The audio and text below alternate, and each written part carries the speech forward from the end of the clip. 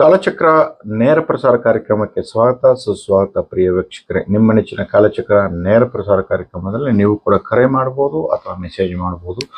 ನಿಮ್ಮ ಯಾವುದೇ ಸಮಸ್ಯೆಗಳಿರು ಕೂಡ ತಕ್ಕ ಮಟ್ಟಿಗೆ ಈ ಒಂದು ವನಸರಿಗಳ ಒಂದು ಪರಿಹಾರದ ಮೂಲಕವಾಗಿ ಯಾವುದೇ ಸಮಸ್ಯೆಗಳಿರು ಕೂಡ ಸ್ನೇಹಿತರೆ, ಪಾಪನಾಶಮಲ್ಲಿ ನಾವು ಕಾಲಚಕ್ರ ಸರ್ವರಕ್ಷಾ ಮಹಾಯಾಗದಲ್ಲಿ ನೀವು ಪಾಲ್ಗೊಂಡಾಗ ಸರ್ವ ಸಮಸ್ಯೆಗೂ ಶಾಶ್ವತ ಪರಿಹಾರವನ್ನು ಕಂಡುಕೋಬಹುದು. ಸ್ನೇಹಿತರೆ, ನೀವು ಕೂಡ ಈ ಒಂದು ಕಾರ್ಯಕ್ರಮನ ವೀಕ್ಷಣೆ ಮಾಡಿ, ಶೇರ್ ಮಾಡಿ ಮತ್ತು ನಮ್ಮ ಯೂಟ್ಯೂಬ್ ಚಾನಲ್ನ ಸರ್ವ ಟಿವಿ ಕನ್ನಡ ಅಂತಕ್ಕಂಥ ಯೂಟ್ಯೂಬ್ ಚಾನಲ್ನ ಸಬ್ಸ್ಕ್ರೈಬ್ ಮಾಡ್ಕೊಳ್ಳಿ, ಶೇರ್ ಮಾಡ್ಕೊಳ್ಳಿ. ದಯವಿಟ್ಟು ಬೇರೆಯವ್ರಿಗೂ ಕೂಡ ಅನೇಕ ವಿಚಾರಗಳನ್ನ ನಾವು ತಿಳಿಸಿ ನಾವು ಅಪ್ಲೋಡ್ ಮಾಡ್ತೀವಿ. ಸ್ನೇಹಿತರೆ, ನೀವು ಕೂಡ ಕಾಲಚಕ್ರ ಅಂತಕ್ಕಂಥ ಈ ಒಂದು ಕಾರ್ಯಕ್ರಮವನ್ನು ಸರ್ವ ಟಿವಿ ಕನ್ನಡ ವಾಹಿನಿಯಲ್ಲಿ ಖಂಡಿತವಾಗ್ಲೂ ಕೂಡ ಪ್ರತಿಯೊಬ್ಬರು ಕೂಡ ಸಬ್ಸ್ಕ್ರೈಬ್ ಮಾಡ್ಕೊಳ್ಳಿ, ಶೇರ್ ಮಾಡ್ಕೊಳ್ಳಿ. ಸ್ನೇಹಿತರೆ, ನೀವು ಕೂಡ ಈ ಒಂದು ಕಾರ್ಯಕ್ರಮದಲ್ಲಿ ಹೇಳಿರ್ತಕ್ಕಂಥ ಮಾಹಿತಿಗಳೇನಿದೆ,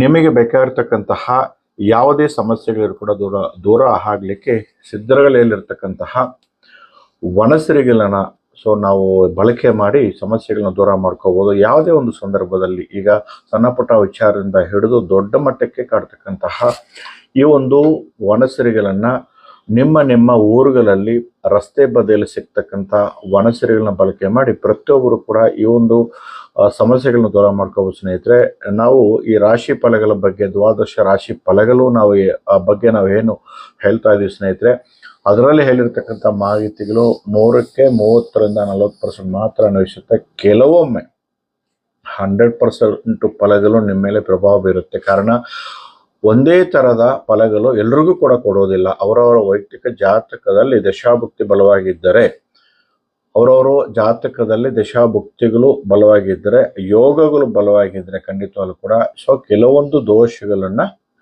ಖಂಡಿತವಾಗ್ಲೂ ಕೂಡ ದೂರ ಮಾಡ್ಕೋಬಹುದು.